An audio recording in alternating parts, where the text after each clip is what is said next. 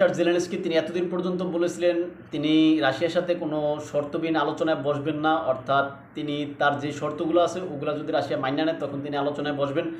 এবং রাশিয়ার সাথে কেউ যাতে আলোচনায় বসতে না পারে বা কোনো নেগোসিয়েশন না করে এই বিষয়ে তিনি একটা আইনও তৈরি করছিলেন। কিন্তু এখন আইসা তিনি দেখা যাইতেছে যে তিনি